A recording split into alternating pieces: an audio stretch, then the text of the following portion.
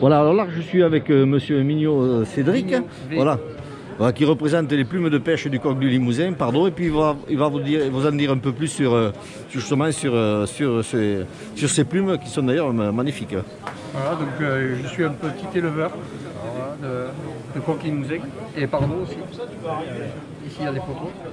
Alors voilà, j'ai quelques plumes et voilà, j'ai une petite entreprise que j'ai démarrée il n'y a pas trop longtemps. Ouais, mais déjà vous avez de bons produits. Je vois que au niveau plumes, au niveau qualité, Bonne qualité de voilà, plumes, là on est sur des produits quand même de. Une belle brillance. Moi je suis fan chaque fois. J'en ai encore de ces mouches à la maison parce que je les garde vraiment pour monter des mouches bien spécifiques. Avec vous avez tous les hacks ici là. Voilà. Ouais, Différents coloris. Ouais, je vois les différents coloris, ouais, c'est bien ça. Ici vous avez voilà, toutes les lancettes. Ici, avec des coloris. Pareil. Les pelles. Voilà, pelles limousine. Ici vous avez les pelles pardon. À ce niveau-là. Et là encore des. Ouais, c'est bien parce qu'il y a un échantillon de couleurs quand même assez intéressant aussi. Il y a un joli panel. Ouais, et puis on voit bien l'irisation de la plume. Voilà, c'est ce qui est bien, c'est ce qui fait vivre la mouche sur l'eau. C'est l'irisation des. Voilà, c'est la brillance. Voilà, c'est la brillance, ouais. C'est la qualité. Ouais.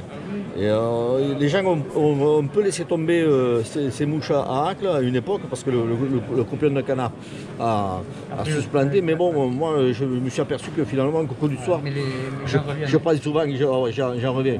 Même pour pêcher les courants, tout ça. Voilà, les gens ils y reviennent sur la plume sèche. Ah oui, et puis c'est parce qu'on commence à voir vraiment ça revient au niveau pêche, on commence à revenir un peu à la pêche en sèche. Quoi. La pêche en sèche. Voilà. Parce qu'il y a beaucoup de jeunes qui savent pêcher en nymphe, mais en sèche, il y a des lacunes. Quoi. Il y a pas beaucoup de monde qui pêche. Et là, bon, on commence maintenant à retourner un peu dans cette pêche qui est, bon, moi je pense qu'elle est la plus belle. Quoi. Voilà, la pêche y a pas à photo, la mouche, c'est la première, c'est la pêche à la mouche sèche. Ouais, c'est ça. Ouais. Voilà, et c'est peut-être celle qui restera. Exactement. Parce qu'on commence à avoir dans certains pays où on commence à interdire la pêche à la nymphe et à mettre que la pêche en sèche. En Espagne, déjà, ils commencent à vouloir interdire la pêche à la. Ah oui, sur certaines rivières, vous ne pêchez qu'en sèche. Ah d'accord. Voilà, ils ont interdit tout ce qui pêche sur l'eau. Donc c'est peut-être un avenir intéressant pour vous, quoi, parce que c'est vraiment. Ouais. En plus, bon, avec des bons produits. Voilà. Bon, bah, écoutez, je vous souhaite un bon salon. Hein. Merci bien. Voilà, alors là, je suis sur le stand d'Andrieux Michael, qui est guide de pêche sur la Dordogne. Et justement, comme il est là, je vais lui demander un peu de me présenter son activité. Alors, bonjour. Bonjour. Donc, mon activité, je suis moniteur guide de pêche. Je pêche et je pratique d'Argentat jusqu'à Souillac, même dans le 24, dans le département du 24. Donc, la pêche de la truite, la pêche de l'ombre, multiples techniques, nymphes, noyés, pêche en sèche, pêche au streamer, différentes pêches en nymphes. Et après, en arrière-saison, à partir du mois de novembre, je suis beaucoup axé sur le brochet, donc brochet à la mouche. J'ai un bateau exprès avec lequel je fais descendre mes clients sur la Dordogne, spécialement fait pour ça. C'est une belle rivière en plus. Moi je l'ai fait ça, la descente de la Dordogne, c'est vraiment intéressant pour le paysage. Ouais, c'est très intéressant pour le paysage et puis c'est une manière ludique aussi d'approcher la pêche. Ouais, tout à fait. C'est bien quoi. Alors vous avez votre site là?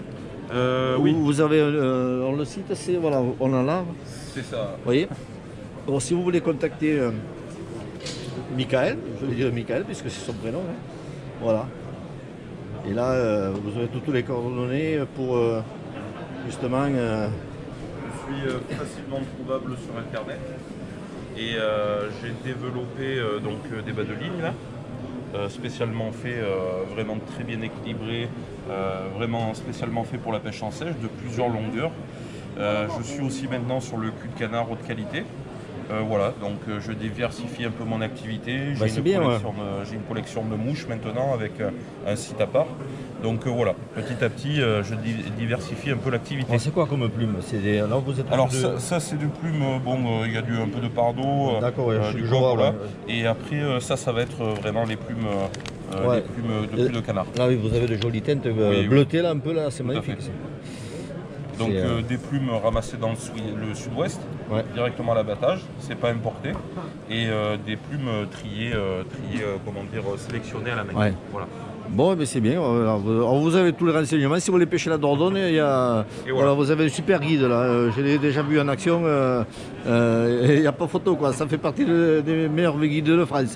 Merci. Voilà. Voilà. Alors, je suis sur le salon de Sampé. Voilà, avec le responsable du salon. Bonjour. Bonjour. Alors, vous allez me parler un peu de ce que votre pêche, un peu pêche au thon, pêche à la mouche. Alors, ici, voilà, vous êtes parlé de la mouche, puisqu'on est sur un salon mouche. Et on va pouvoir regarder quelques nouveautés en canne. Voilà, alors qu'est-ce que vous avez de nouveau à nous présenter cette année? Alors on a évidemment la gamme classique sur des tailles de canne classiques, à savoir 9-10 pieds, sur des puissances aussi classiques. Mais cette année, pour revenir à des pêches sur des milieux d'eau un peu plus restreints, on a fait cette année la 7 pieds 6. Voilà, alors là c'est 7 pieds 6, c'est vraiment une canne typique pour la pêche en sèche, un peu le style italien quoi, c'est ça voilà. Canne très fine, voilà. Très dynamique, canne très souple pour permettre déposer très précis, très doux. Ouais. En plus je vois que vous avez une soie dessus, naturelle.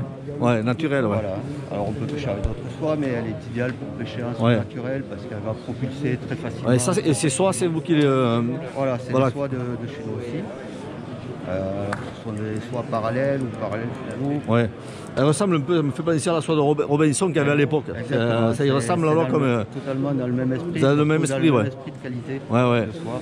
Donc des soies très lisses, pas de parasitage sur ces soies. Et puis bon, ça évite les dragages, ça permet de pêcher très fin aussi avec ce genre de soie. C'est ce qui est intéressant sur un produit comme ça, quoi. Donc très légère évidemment. Voilà. Section de sortie hyper fine. Donc c'est vraiment un petit bijou, un jouet magnifique. Ouais. Et après je vois que vous avez aussi des petits gilets, des Checkpack qui sont jolis aussi, qui sont pas mal quoi. Alors deux modèles de Checkpack avec ici avec petit sac devant et un sac à dos à l'arrière, mais qui sont dissociables, c'est-à-dire on peut porter ou l'un ou l'autre, voilà. Évidemment les deux en même temps, et ou l'un ou l'autre à côté. Ouais, ils sont magnifiques ces petits gilets, ils sont bien, avec la croche, et je vois qu'ils sont bien... Voilà, on voit bien, il y a de quoi mettre, quoi. Je veux dire qu'en plus il n'a pas l'air encombrant ni rien, non, vraiment un bon produit là aussi, voilà. Voilà, c'est très bien, c'est bien. Alors là, on est sur notre produit qui revient à la mode, c'est les cannes à deux mains. Quoi. Alors voilà, produit complètement différent de la petite canne qu'on a vue. Ouais. Donc sur des techniques spé à deux mains pour la pêche à noyer. On va être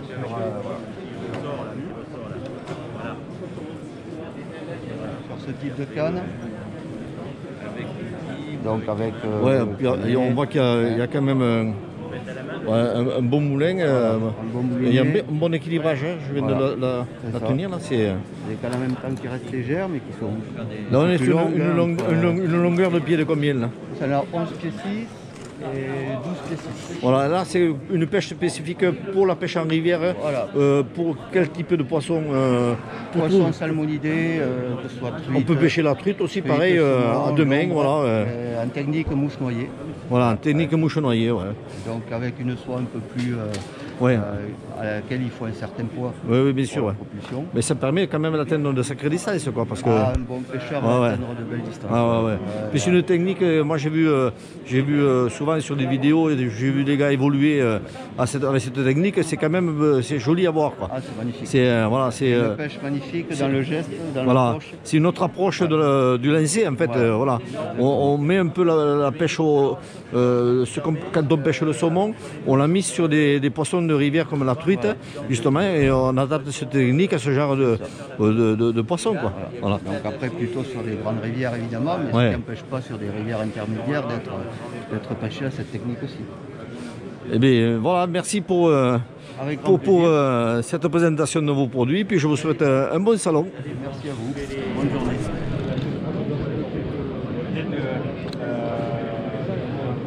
Voilà, pêche, spécialisé sur la pêche à la mouche en Autriche. Alors moi je connais très bien les rivières autrichiennes parce que j'ai pas mal pêché les traunes et c'est vraiment c'est vraiment c'est à faire une fois. Aller pêcher ces rivières, c'est vraiment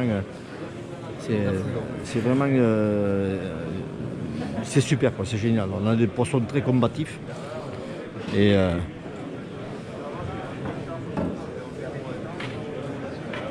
vraiment des rivières eau rapide pour ceux qui aiment pêcher en eau rapide. Après, on peut trouver de tout, hein.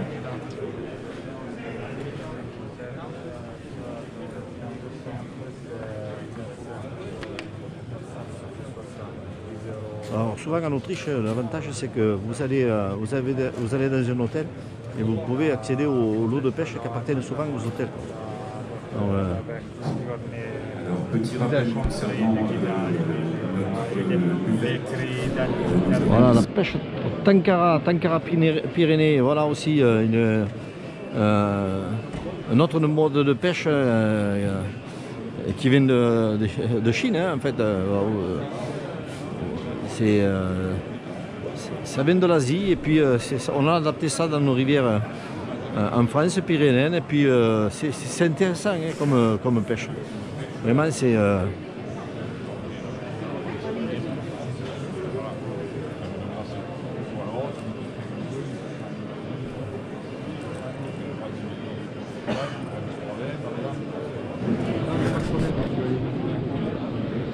C'est la chaîne YouTube du collectif. Passionnément pêche, ça s'appelle. Ok. Voilà. Alors bonjour, je suis en face du patron, monsieur Joël Santoni. Voilà. Alors je vois que vous avez pas mal de produits pour mettre sur les gilets de pêche, pour faire tenir toutes les nymphes et toutes les mouches. Alors présentez-moi un peu votre activité. Donc ce sont des patchs à nymphes, donc des étuis effectivement qui vous servent à ranger vos mouches, tout simplement. Donc on les agrafe sur le patch. Ça évite de fouiller dans ses boîtes sans arrêt. On charge son patch avant sa session de pêche. Et puis ensuite, il n'y a plus qu'à ouvrir et Bon, fermer. c'est pratiquement tout, je vois tout en cuir. Hein. Tout est en cuir, sauf des modèles comme ça qui sont des modèles en waders recyclés. D'accord. Les clients m'amènent leurs waders, Ouais. je taille dedans et je fais des patchs de différents types. Et je vois aussi que vous avez des... Donc il y a des porte-flacons, Voilà. donc adaptés aux différents types de flacons du commerce actuellement. Des flacons qui s'ouvrent vers le bas, des flacons qui ont de la poudre. Donc là c'est un modèle grand, des doubles. Donc on essaye de varier pour que tout pêcheur puisse trouver son bonheur dans la gamme. Et puis il y a des dry patch pour sécher vos mouches. Donc on fait On a plus avec de l'amadou. Voilà. Voilà. On fait plus la... Voilà, ça, les pêcheurs un peu oubliés. À l'époque, on en avait tous de ça. c'est un produit Sur les, exceptionnel. pour sécher les mouches, il n'y a rien de tel, quoi. Tout à fait. C'est Voilà, vraiment un c'est, produit exceptionnel qui a voilà, des et qualités vraiment formidables. Et, voilà, et en plus, le produit est joli, quoi, il est magnifique. Quoi. Voilà. Et vous avez une adresse mail où on peut joindre... Bien sûr, tout est là. Bonjour. Voilà. Alors pour le coude de Deveau, c'est un peu compliqué. C'est pour lui-là. C'est pour celui-là. Vous pouvez contacter Alors le problème, par téléphone, soit par mail, à cette adresse-là. Voilà. donc j'ai un but avec un client là qui me bien. Ça passe. Voilà le stand de la Fédération Française de Pêche Oui, c'est ça. à la mouche, avec toutes les médailles derrière. Je ne sais pas si vous les voyez, Ouais. mais on ne fait pas semblant en France. Hein. Voilà. Et au dernier championnat, on a fini deuxième champion du monde en 2021.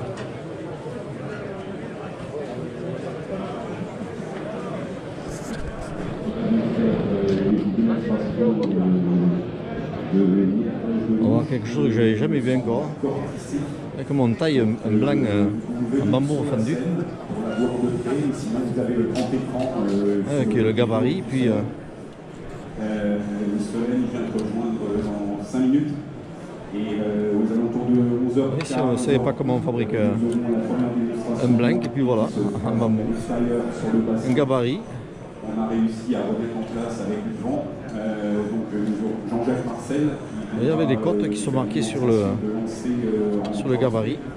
Aux alentours de 11h.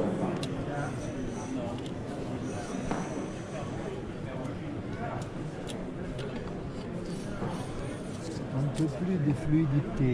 Nous avons de Tais-toi, sentir tais-toi.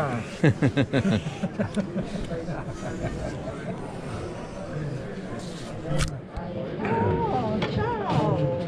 Come stai? Bene, bene. No, no, non volevo interrompere. No, no, tanto, non ti preoccupare. Tutto bene? Sì, sì, sì. Ouais, les bambous fendus artisanaux, je peux vous dire, c'est des produits magnifiques.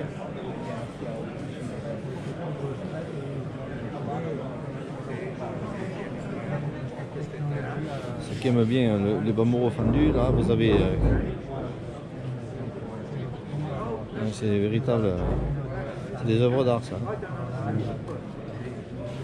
Tout dans l'artisanat. Hein.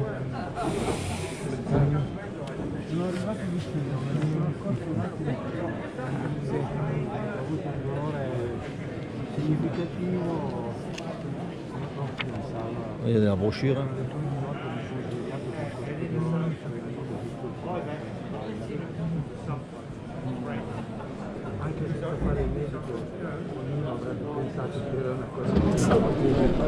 Alors là je suis sur le stand de veau. Alors de veau maintenant, Jean-Marc Chignard ne représente plus. Hein. Vraiment il a développé au maximum sa gamme de produits et puis spécialisé dans la pêche en sèche, c'est vraiment ce qu'on trouve de mieux. Il explique super Pêcher en sèche, vraiment Jean-Marc c'est quelqu'un qui apporte toujours quelque chose. Quoi. Quand vous êtes avec lui au bord de l'eau, dans ses stages, avec ses moniteurs, en plus des moniteurs qu'il a, Yann Grivière, bon, c'est un ami. Je peux vous dire, c'est ce qu'on fait de mieux comme guide de pêche à ce moment en France. Voilà, les petits chèques-packs de veau.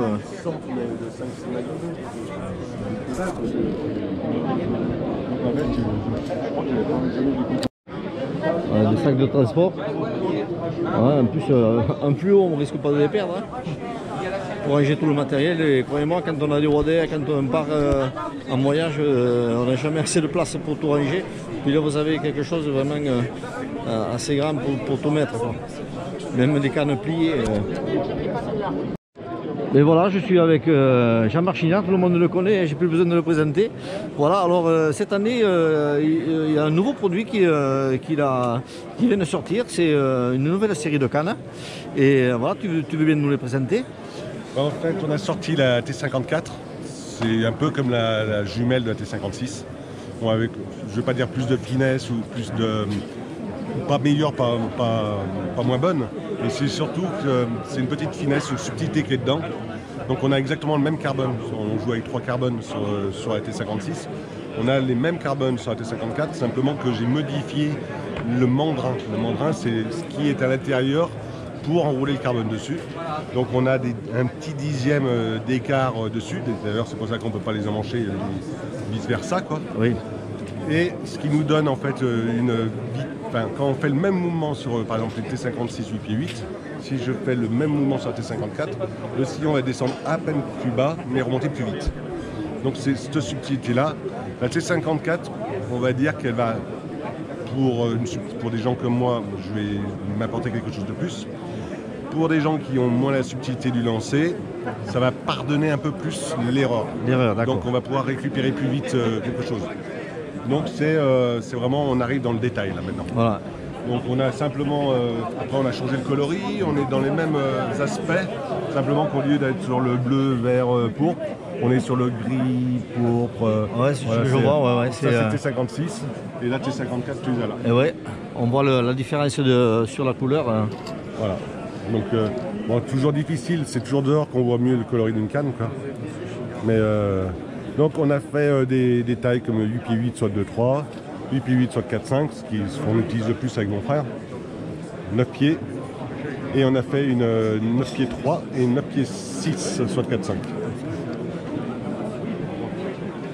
Voilà, alors série assez courte. C'est vraiment des cannes qui sont... c'est un plaisir quand on pêche avec ces cannes. Moi j'ai toujours pêché avec des produits de veau quand j'ai débuté à la mouche. Et Jean-Marc les a développés. Et vraiment, c'est des cannes qui sont faites pour pêcher en sèche avec, voilà, sans difficulté. Vous avez toute la série de gammes que vous pouvez adapter à votre système de pêche. Si vous pêchez long, vous pêchez court, vous pêchez... Alors nous on est très basé sur la 8 pieds 8, parce qu'on a toujours pêché avec des longueurs comme ça. En fait, c'était la canne à l'époque où tout le monde pêchait avec des 8 pieds 6, des 9 pieds maximum. Hein. C'était 9 pieds. Ouais, c'était... Moi j'ai amené les gens à pêcher avec du 8-8 depuis très longtemps. Et encore plus aujourd'hui, parce qu'en fait on fait la même chose qu'on fait avec une 9 pieds, avec moins de fatigue, un peu plus de vitesse et plus de précision. C'est ça, ouais. Donc c'est vraiment là-dessus qu'on joue. Après quand on a une 9 pieds 3, c'est simplement pour ne pas aller à une 10 pieds par exemple, mais avoir un confort de moyenne grande rivière. Pour celui qui pense que c'est avec une longue canne qu'on va plus loin, ce qui n'est pas toujours le cas. C'est pas toujours le cas, ouais. Plus de confort surtout. Ouais. C'est-à-dire que quand on a de l'eau jusqu'au ventre, on déporte plus la soie par rapport au niveau de l'eau. Donc on se retrouve à peu près avec le même niveau qu'on est en 8 pieds 8 avec de l'eau jusqu'au ventre. Et par exemple, pour pêcher une rivière comme la Dordogne, par exemple, tu conseillerais quoi comme produit là? Là par contre, Dordogne, c'est suivant ses niveaux d'eau en général. Parce que nous on serait plutôt à tendance à s'approcher du poisson, on va dire à 10-12 mètres. Parce que faire des posées à 20 mètres, 25 mètres, c'est bien, si on peut le faire, mais c'est plus dur d'aller chercher des poissons, d'avoir une belle dérive à une distance comme ça, s'il y a du vent.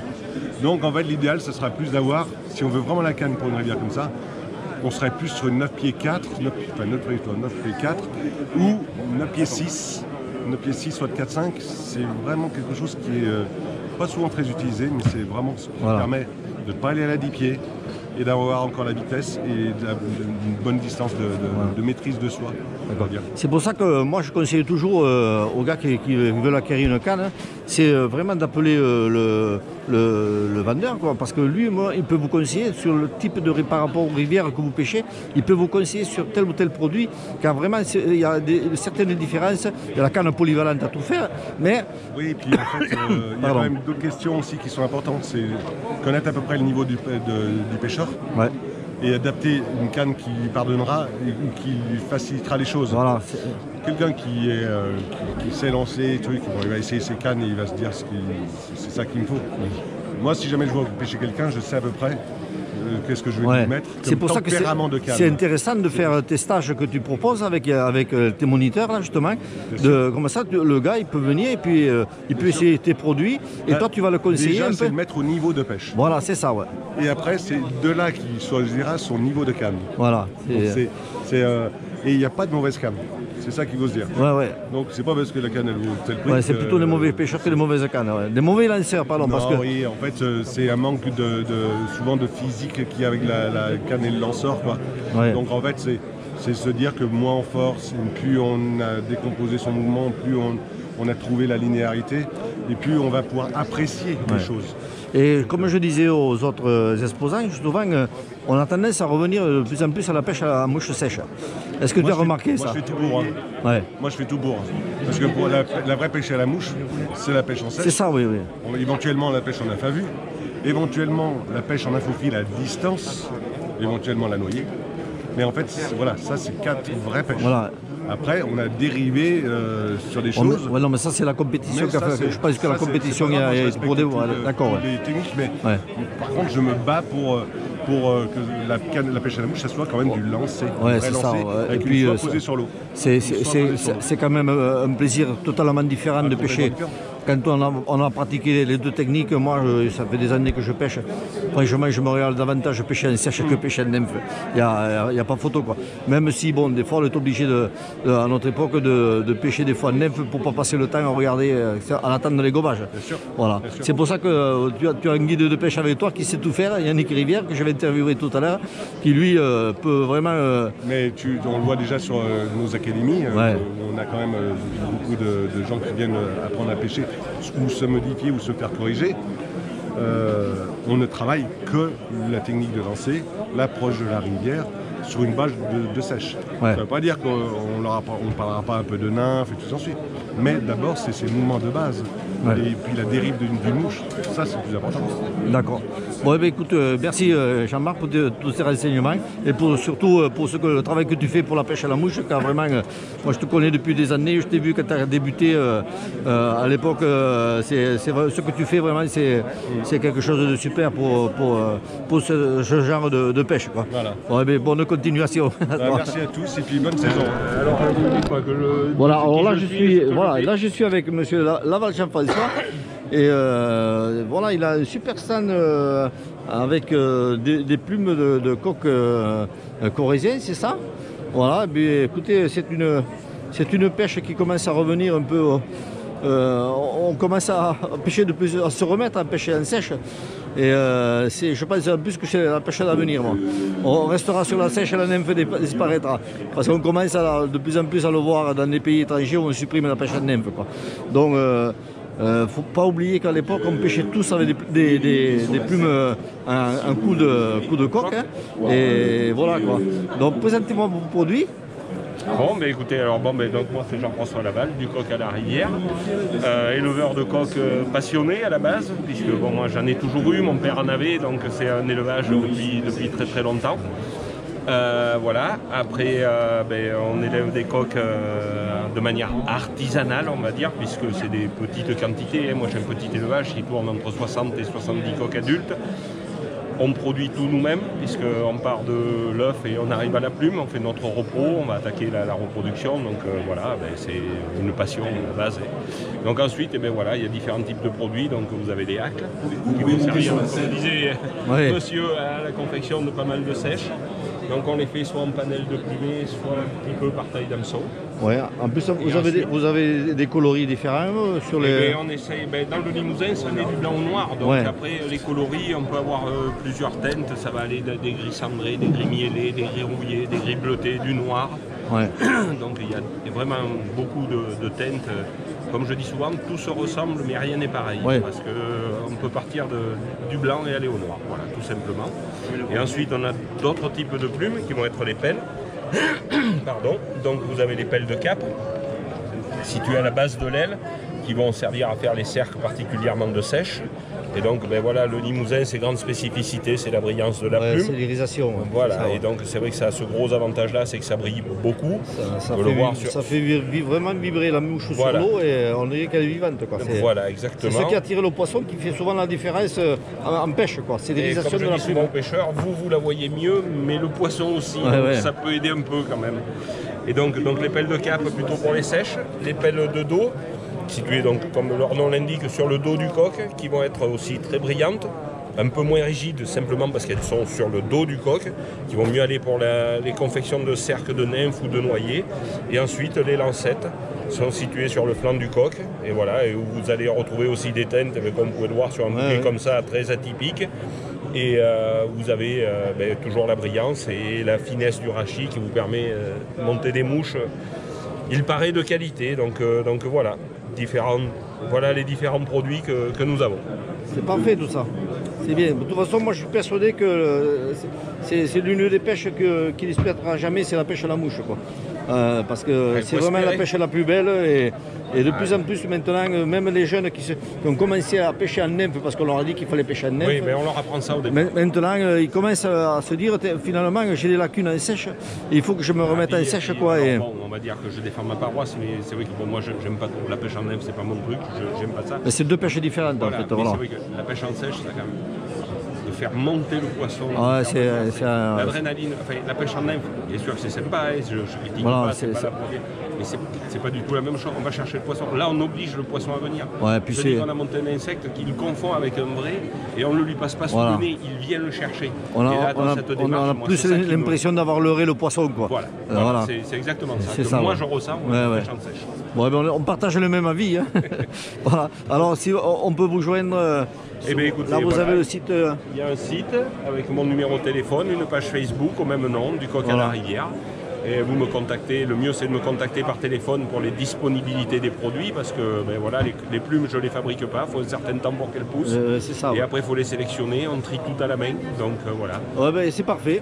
Voilà, écoutez, je vous remercie pour tous ces renseignements. Merci à vous. Je vous souhaite un bon dimanche. Ok, merci à vous. Votre chaîne c'est quoi? Passionnément pêche. D'accord. Voilà. Voilà, l'atelier Qatar. Tu veux faire la démo? Ah, il a une chaîne, il a 4 millions d'abonnés. Au moins, ouais. Ah oui, il n'y avait plus personne. Ah oui, ça c'était sûr.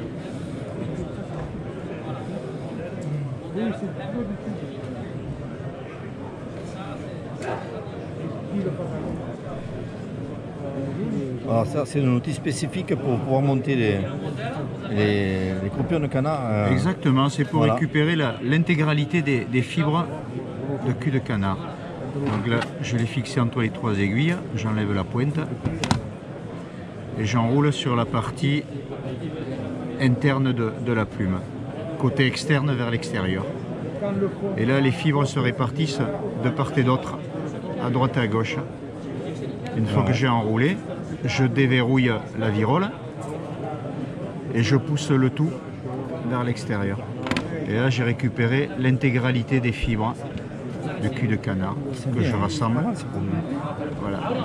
Le rachis est enroulé sur lui-même et j'ai toutes les fibres de cul de canard. Hop.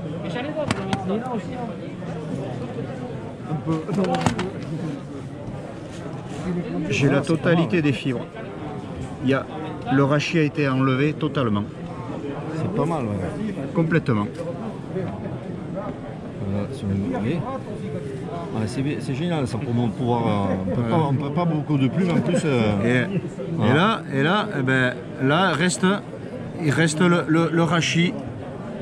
Voilà ce qui reste. Voilà.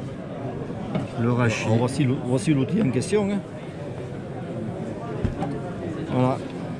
Voilà un outil très pratique. Hein. Au lieu d'utiliser 2 ou 3 plumes pour faire une mouche, là avec une, c'est suffisant. Super produit. Tous les Qatar travaillent bien. Ah, c'est bien.